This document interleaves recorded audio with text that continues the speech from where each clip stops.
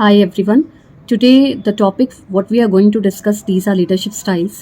Leadership styles आपको हर subject में दिखेगा, चाहे वो लीडरशिप एंड टीम डेवलपमेंट का सब्जेक्ट हो, चाहे वो आपका मैनेजमेंट प्रिंसिपल्स एंड एप्लीकेशन हो.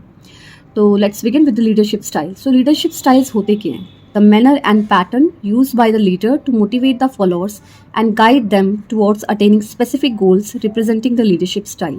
मतलब क्या उसका कि जो पैटर्न क्या फॉलो करेगा एक लीडर, किस तरह फॉलो करेगा, किस काम को करने के लिए, मोटिवेट करने के लिए, किसे मोटिवेट करने के लिए, फॉलोअर्स को मोटिवेट करने के लिए, किस लिए उन्हें गाइड करने के लिए, किस वजह से, to attain specific goals represent the leadership style. Alright, तो किस पैटर्न में काम करेगा, किस मैनर में काम करेगा, किस तरीके से काम करने वाला है, फॉलोअर्स को कैसे इंस्पायर करेगा, कैसे गाइड करेगा to attain specific goals. These are the leadership styles. Now leadership styles on the basis of authority. So the first we are going to discuss on the basis of authority. So on the basis of authority there are three types of leadership styles. Number one, autocratic leadership style, participative leadership style and laissez-faire free reign leadership style. बात करते हैं सबसे पहले leadership style की, autocratic leadership. Autocratic leadership is also known as authoritarian leadership as well as directive style of leadership. Autocratic, authoritarian, directive, जहां आपको सब कुछ बताना पड़े. तो इसकी फीचर्स क्या क्या होंगी? Features, directions, goals and method to achieve them all are dictated by one person without any consultation with the followers. इसका मतलब कि चाहे कोई भी डायरेक्शन हो, कोई भी गोल्स हो या मेथड हो, काम को कैसे किया जाए, how to achieve it, every plan is to be prepared by the leader only without any consultation. उनसे पूछे बगैर, उनसे कोई चर्चा किए बगैर, उनके कोई आइडियाज लिए बगैर ये काम किया जाएगा. Another feature, centralised decision making. Centralised decision making का मतलब कि जितने भी डिसीजंस होंगे लीडर वो खुद लेगा. सेंट्रलाइज्ड, किसी को डिसीजन लेने की पावर नहीं है, ये पावर सिर्फ लीडर के पास है. High level of secrecy. क्यों? क्योंकि कंसल्टेशन तो नहीं है, किसी से परामर्श या फिर किसी से आइडियाज नहीं लिए जा रहे हैं. तो ऐसे ऑर्गेनाइजेशन में सीक्रेट्स सबसे ज़्यादा बनाए जा सकते हैं. क्यों? क्योंकि लीडर के पास ही डिसीजन मेकिंग पावर है. Now useful in situations where speed is more important. It means that this is more applicable where there is a production setup, where routine work has been considered more important. Alright, quality पे ध्यान नहीं दिया जा रहा, quantity पे ज़्यादा ध्यान दिया जा रहा है. जहाँ पे स्पीड ज़्यादा इंपॉर्टेंट है, रिपीटेटिव टाइप के काम होते हैं जो रोज़मर्रा में करने पड़ते हैं. ऐसी सिचुएशंस में ऑटोक्रेटिक लीडरशिप स्टाइल काफ़ी सुटेबल रहते हैं. Suitable for the employees who lakhs creativity and innovation. इसका मतलब कि अगर आपके एम्प्लॉयज़ इस तरह के हैं कि वो आइडियाज़ या फिर इनोवेशन करने में इंटरेस्टेड नहीं है, जैसे आप उन्हें एक मैप बना के दोगे, जैसा आप प्लान करके दोगे वैसा चलते रहेंगे, तो that would be more suitable for these kind of employees. More task oriented. More task oriented का मतलब कि सिर्फ प्रोडक्शन के ऊपर ध्यान दिया जा रहा है, ह्यूमन नेचर या फिर रिलेशनशिप कैसे होंगे एम्प्लॉयज़ के साथ, उसके ऊपर ध्यान नहीं दिया जाता इस मेथड में. अब बारी आती है ऑटोक्रेटिक लीडरशिप स्टाइल में मेरिट्स और डीमेरिट्स की. तो मेरिट्स क्या क्या होंगे? क्विक डिसीजन मेकिंग, क्योंकि लीडर के पास वो एबिलिटी है, वो सारे डिसीजन खुद लेता है, उसे किसी से पूछने की जरूरत नहीं है. No dependency on followers. Reason being because every solution, everything is being decided by the leader only. Chain of command. Chain of command का मतलब है जब लीडर ही सारे के सारे डिसीजन लेगा और सिर्फ लीडर ही ऐसा एक व्यक्ति होगा जो सबको डायरेक्शंस देगा. तो chain of command would be followed as every order is to be given by the leader only. enjoys sole power authority. सिर्फ लीडर एक ऐसा इंसान है जिसके पास पूरी पावर है, वो अपनी पावर किसी के साथ शेयर नहीं कर रहा है. High level of discipline. लोग डरते हैं, एम्प्लॉयज डर रहे हैं उससे. क्यों? क्योंकि सिर्फ टास्क को कंसीडर किया जाता है, लोगों के बारे में बात ही नहीं की जाती, तो डिसिप्लिन हाई लेवल का होगा. Extreme control.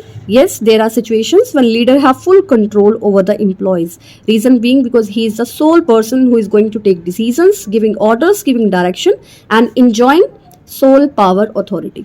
तो वहां पे अपने फॉलोअर्स के ऊपर उसका पूरा कंट्रोल होगा. अब बात करते हैं डीमेरिट्स की कि डीमेरिट्स क्या क्या है इसके. लो मोरल एंड मोटिवेशन.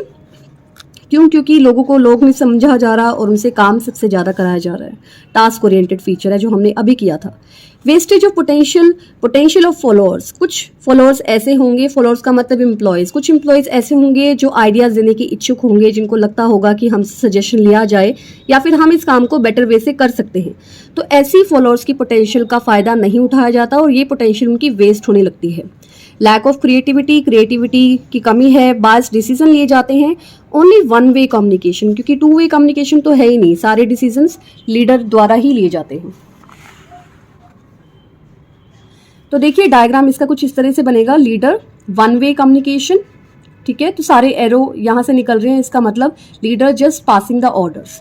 सुटेबिलिटी क्या है इसकी? Where followers lack skills and expertise, जहाँ पे वो कुछ इस तरह के लोगों के साथ काम कर रहा है जिनके पास स्किल्स नहीं है, सोचने समझने की उतनी शक्ति नहीं है, इसलिए लीडर सारे प्लान्स खुद बना रहा है। ओनली मैकेनिकल वर्क, उनको ऐसा काम दिया जाता है जिसमें उनसे सजेशन लेना जरूरी नहीं है। Suitable with lower level of management, तो ऐसे लोअर लेवल ऑफ मैनेजमेंट के साथ काम करना ज़्यादा ईजी है, जिनको रेपिटेटिव वर्क दिया जा रहा है और जिसमें कंसल्टेशन की जरूरत है ही नहीं। तो ये है आपका autocratic leadership style. Now we'll talk about second style of leadership, that is participative leadership or democratic leadership style. So India is a democratic country. It means that the leader is elected by the people, for the people. Alright, same उसी वे में जो आपका जो participative leadership style है उसमें leader consult करेगा अपने employees को. Now what is this? Decision making is shared between the leaders and followers to arrive at the best possible outcome. तो जो decision making है वो share किया जा रहा है, इसका मतलब कि leaders और एम्प्लॉयज इक्वल पार्टिसिपेट कर रहे हैं किसी डिसीजन पर पहुंचने में, ठीक है। तो डायग्राम कैसे बनता है? आपका टू वे कम्युनिकेशन होगा, जबकि ऑटोक्रेटिक में आपका वन वे कम्युनिकेशन था, क्योंकि ऑर्डर्स ही पास हो रहे हैं और टू वे कम्युनिकेशन नहीं था। यहाँ पे ऑर्डर्स भी पास होंगे, डायरेक्शन भी पास होंगी, लेकिन अगर कोई प्रॉब्लम है तो एम्प्लॉयज लीडर के पास जा सकते हैं, वो कंसल्ट कर सकते हैं, अपने आइडियाज दे सकते हैं। Now the question arises, what are the features? Decentralized decision making, जहां autocratic management style was decentralized, in case of participative it is decentralized. Centralized था autocratic में, यहाँ पे decentralized होगा, मतलब कि पावर्स दी जा रही हैं, डिसीजन मेकिंग में पावर्स दी जा रही हैं, लोगों को अथॉरिटी दी जा रही है, फ्रीडम दी जा रही है, ताकि वो अपने आइडियाज और इनोवेशन लीडर के पास लेकर आ सके। फोस्टर्स क्रिएटिविटी, सबसे अच्छा तरीका है किसी की क्रिएटिविटी को और इम्प्रूव करने का जब आप उनसे सजेशन लेते हैं। लीड्स टू जॉब सेटिस्फैक्शन, लोग काम करके लीडर के साथ काफ़ी खुश है, क्योंकि उनको एहसास दिलाया जा रहा है that they are important for the company, for the organization by taking their suggestion. अब बात आती है मेरिट्स और डीमेरिट्स की। अब मेरिट्स में क्या क्या आएगा? Increase in motivation, increase in morale, provides group synergy. Group synergy का क्या मतलब होता है कि जब कुछ लोग इकट्ठे मिलकर काम करते हैं तो उसमें एक अलग पावर होती है, उसमें एक अलग शाइन होती है, उसमें एक अलग पैशन होता है। तो उस तरह से आपके ग्रुप एफर्ट्स बढ़ जाते हैं इस तरह की लीडरशिप स्टाइल में। जब सब लोग अपने अपने सजेशन देते हैं तो हर पर्सन सोचता है कि चलो पार्टिसिपेट किया जाए और मुझे भी अपना कुछ कॉन्ट्रीब्यूशन देना चाहिए। Free flow of communication, if employees are feeling that yes there is something needed to in order to give suggestion, so that they can give suggestion to the leader itself. Facilitates change, अगर organisation में कोई बड़ा change करना है या फिर कोई छोटा चेंज भी करना है तो वो पार्टिसिपेटिव लीडरशिप स्टाइल के द्वारा किया जा सकता है, क्योंकि लीडर का अपने फॉलोअर्स में ट्रस्ट होना बहुत जरूरी है। तो वो ऑटोक्रेटिक लीडरशिप स्टाइल में नहीं पॉसिबल है, वो सिर्फ यहीं पे पॉसिबल होता है। बात करते हैं डीमेरिट्स की। डिले इन डिसीजन मेकिंग, क्यों? क्योंकि ऑटोक्रेटिक लीडरशिप स्टाइल में क्या था, सारे डिसीजन लीडर ले रहा था, but here leader will consult with the followers and then will take the decision. Difficult to fix the responsibility, अब रिस्पॉन्सिबिलिटी किसकी है? क्यों? क्योंकि डिसीजन सारे के सारे आपस में मिलकर शेयर करके ली गई थी सारी चीजों को। अब अगर वो उसमें कोई भी प्रॉब्लम आती है या फिर वो फेलियर माना जाता है तो उसकी रिस्पॉन्सिबिलिटी फिक्स करना बहुत मुश्किल है, क्योंकि हर कोई फिर ब्लेम गेम प्ले करेगा। स्प्रेड ऑफ सीक्रेट इन्फॉर्मेशन, तो ऐसी ऑर्गेनाइजेशन के लिए बिल्कुल भी सूटेबल नहीं है जहां पे सीक्रेट इन्फॉर्मेशन रखी जाती है, क्योंकि पार्टिसिपेटिव में जब आप हर चीज डिस्कस करते हो अपने एम्प्लॉयज के साथ तो सीक्रेट इन्फॉर्मेशन सीक्रेट नहीं रह सकती। May lead to conflicts, definitely yes. जब काफी सारे लोगों से आप सजेशन लेते हो तो जरूरी नहीं है कि सारे लोग आपकी बातों को माने या फिर एक्सेप्ट करें, तो it may lead to conflicts also. तो सुटेबिलिटी का क्या है, कहाँ इसे यूज किया जाना चाहिए? Suitability, it's useful for skilled, creative, knowledgeable and suitable employees, creative employees, तो सिर्फ आप ये स्टाइल ऐसे एम्प्लॉयज के साथ यूज कर सकते हो जो हाईली स्किल्ड है, एक्सपीरियंस होल्डर है, जो पहले से कुछ काम कर सकते हैं, ताकि वो अपने इंपॉर्टेंट सजेशन एंड आइडियाज दे सके। When time is no constraint, क्यों? क्योंकि डिसीजन मेकिंग में टाइम लगता है जब आप लोगों से कंसल्ट करते हो तो। Third is require trust between superior and subordinates. अगर सबॉर्डिनेट सजेशन देते हैं तो उसका मतलब है कि लीडर को भी उनके ऊपर पूरा ट्रस्ट होना चाहिए और सबॉर्डिनेट्स का भी ट्रस्ट लीडर के ऊपर उतना ही होना चाहिए, ताकि वो एक टीम बना के काम कर सके। तो जहाँ पे ट्रस्ट होगा वहाँ पे लीडरशिप स्टाइल ये यूज किया जा सकता है। Now the third leadership style is, and very important, that is called laissez-faire or free rein leadership, that is also called delegative leadership. Laissez-faire means in French let them do it. इसका मतलब कि इन्हें काम करने दीजिए। Followers are left free to decide their own course of action to attain a particular goal. यहाँ क्या होगा, एम्प्लॉयज को फ्री छोड़ दिया जाएगा, पूरी उनको फ्रीडम दी जाएगी कि आपको जैसा सही लगता है आप वैसे काम कीजिए। You have to find the alternatives for this given problem and you have to attain this particular goal. Now they provide initial guidance to the followers after they are set free to follow a hands-off approach. Hands-off approach क्या होता है कि आप छोड़ देते हो employees को, आपने एक इनिशियल गाइडेंस दे दी कि देखो ये प्रॉब्लम है, इसका सोल्यूशन आपको ढूंढना है। एक बार आप मोटी मोटी गाइडलाइंस दे देते हो, देन फॉलोअर्स को छोड़ दिया जाता है, फ्री कर दिया जाता है कि आप अपने तरीके से इस प्रॉब्लम को सोल्व कीजिए। तो ये होगी हैंड्स ऑफ अप्रोच। डायग्राम किस तरह का बनेगा, leader sets broad objectives, direct and then see how to achieve. तो लीडर क्या करेगा, ब्रॉड ऑब्जेक्टिव सेट कर देगा कि बॉस सी ये प्रॉब्लम है, ठीक है, और इसको अपने तरीके से सॉल्व करो अब। और फॉलोअर्स क्या करेंगे दूसरी साइड पे, there is a free flow of communication, high analytical thinking. ऐसे लोग इस मॉडल को चला सकते हैं जिनके एनालिटिकल स्किल्स बहुत आगे लेवल पे है, हाई लेवल पे है, उनकी एक्सपर्टाइज बहुत अच्छी है, उनके स्किल्स और उनकी नॉलेज में कोई कमी नहीं है। तो लीडर सिर्फ तभी इंटरवेन करता है जब कोई प्रॉब्लम होती है, otherwise there is no kind of intervention between leader as well as follower. Features क्या क्या होंगी, पर्सनल ग्रोथ बहुत इंपॉर्टेंट है इसमें। जब आपके पास एक अथॉरिटी आती है, एम्प्लॉयज के पास एक फ्रीडम आती है, तो उनके अंदर एक सेल्फ कॉन्फिडेंस इंप्रूव हो जाता है। उनकी पर्सनल ग्रोथ और डेवलपमेंट में ये बहुत बड़ा पार्ट प्ले करती है। Beneficial for succession planning. Succession planning क्या होता है, सक्सेशन प्लानिंग का मतलब कि इन फ्यूचर में किसी एम्प्लॉय में इतनी काबिलियत है कि उसे प्रमोट किया जा सके की पर्सनल के लिए, तो नेक्स्ट हायर पोजीशन के लिए लोगों को तैयार किया जाता है, एम्प्लॉयज को तैयार किया जाता है ताकि वो नेक्स्ट लेवल की जो बड़ी जॉब्स है उन पे काम कर सके। तो ये होगी succession planning. Strong interpersonal relationship, तो आपके जो रिलेशनशिप्स है दूसरों के साथ वो बहुत ज़्यादा स्ट्रॉन्ग हो जाते हैं, और अगर आपकी टीम ऐसी है कि उनके जो इंटर रिलेशनशिप्स है वो बहुत स्ट्रॉन्ग है, उनकी बॉन्डिंग अच्छी है, वो एक दूसरे को अच्छे से समझते हैं, तभी आप लेज़र-फेयर का फ़ायदा उठा सकते हैं। अब बात करते हैं मेरिट्स और डीमेरिट्स की। लेज़र-फेयर के मेरिट्स क्या क्या होंगे, effective and efficient decision making. Definitely जब सबको ये फ्रीडम मिली हुई है, एम्प्लॉयज़ को एक अच्छी खासी फ्रीडम मिलती है डिसीजंस लेने की, तो वो अपना बेस्ट देते हैं और डिसीजंस आपके स्ट्रॉन्ग माने जाते हैं। मोटिवेशन उनका एक बड़े लेवल पर जाता है, मोरल उनका हाई हो जाता है, क्रिएटिविटी लेवल बढ़ जाता है, इनोवेशन बढ़ जाती है। अब इसके डीमेरिट्स क्या है, इसके नुकसान क्या है, नुकसान है कि कोऑर्डिनेशन में बी एन इशू, कोऑर्डिनेशन में प्रॉब्लम आ सकती है क्योंकि इतने सारे लोग एक साथ मिलकर काम करते हैं, तो हो सकता है कि duplicacy of work may arise as a problem. Issues of accountability, accountability किसकी होगी, अब सारे डिसीजन तो सबऑर्डिनेट्स खुद ले रहे हैं।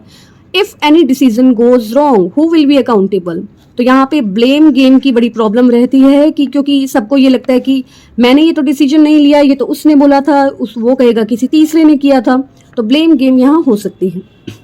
ब्लेम गेम की वजह से कॉन्फ्लिक्ट्स बढ़ सकते हैं and that is also known as a passive leadership, reason being because leader का पैसिव रोल है। Leader will intervene only in terms of necessity, otherwise he will not be active, he will not be intervene in any kind of matter, that's why it is also known as passive leadership. Suitability की बात आती है, इसको कहाँ use किया जा सकता है, तो laissez-faire leadership style will be used only for highly skilled, knowledgeable, creative as well as self-motivated employees, not suitable for lower level of management also not suitable for fresher. आपकी अगर कंपनी में freshers आए हैं, नए नए लोग आए हैं, आप उन पर लेजेस फेयर लीडरशिप स्टाइल नहीं यूज कर सकते। रीजन बीइंग क्योंकि उनके पास वो इतना पर्टिकुलर एक्सपीरियंस नहीं है कि वो डिसीजन ले सके। अगर इस केस में इस तरह के डिसीजंस लिए जाते हैं या फिर laissez fair leadership style use किया जाता है अनस्किल्ड एम्प्लॉयज के साथ, अननॉलेजेबल के साथ, तो वो जो डिसीजंस होंगे वो डिजास्टर्स होंगे। तो कुछ सुटेबिलिटी का ध्यान रखना चाहिए कि सिर्फ ये हाईली स्किल्ड लोगों के साथ ही यूज किया जा सकता है। अब बात आती है कंक्लूजन की कि इनमें से कौन सा लीडरशिप स्टाइल है जो सबसे ज्यादा इफेक्टिव है, तो क्या करना चाहिए। When there are situations of deadlines, urgency, not effective employees, अगर आपकी डेडलाइंस आने वाली है, अर्जेंट काम है और आपके जो एम्प्लॉयज है वो इफेक्टिव नहीं है, then go to the autocratic leadership style. Why? Reason being because only leader has to take the decision. तो क्विक डिसीजन माने जाएंगे, डेडलाइंस की वजह से इंपॉर्टेंट डिसीजन जल्दी से लिए जा सकते हैं और लीडर एक प्लान लेकर आएगा क्योंकि उसको किसी कंसल्ट करने की जरूरत नहीं है ऑटोक्रेटिक लीडरशिप स्टाइल में। तो जहां मैकेनिकल वर्क है, रिपीटेड टाइप ऑफ वर्क है या फिर आपके एम्प्लॉयज जो लेजी हैं, उस तरह की सिचुएशन में ऑटोक्रेटिक लीडरशिप स्टाइल यूज किया जा सकता है। Second is where innovation and creativity requires. आप कोई ऐसा बिजनेस चला रहे हैं, आपकी कंपनी किसी ऐसी चीज में काम करती है जिसमें आपको कॉन्टिन्यूसली इनोवेशन, नए नए आइडियाज पर काम करना पड़ता है, तो आपका जो लीडरशिप स्टाइल होगा वो होगा participative as well as democratic leadership style, क्योंकि आपको अपने फॉलोअर्स की उतनी ही ज्यादा जरूरत है अपने बिजनेस को चलाने के लिए ताकि वो एक से एक नए नए आइडियाज लेकर आएं। Last is self discipline and highly skilled employees. अगर आपके एम्प्लॉयज बहुत ज़्यादा सेल्फ मोटिवेटेड है, जिन्हें मोटिवेट करने की जरूरत है ही नहीं, उन्हें डायरेक्शन देने की जरूरत नहीं है, उन्हें गाइडेंस देने की जरूरत नहीं है, वो हाईली स्किल्ड है, हाईली एक्सपीरियंस्ड है, then you can go for free rein leadership style. Generally free rein leadership style उन सुटेबल एम्प्लॉयज के साथ यूज किया जाता है जो काफ़ी एक्सपीरियंस्ड होते हैं, जिन्होंने वो सिचुएशन पहले फेस की होती है किसी ऑर्गेनाइजेशन में, तो ऐसी जगह पर free rein leadership style use किया जाता है। I hope these points are clear to you now, and if there is any doubt you can just put your comment in the comment box. Thank you for watching. All the very best. Thank you.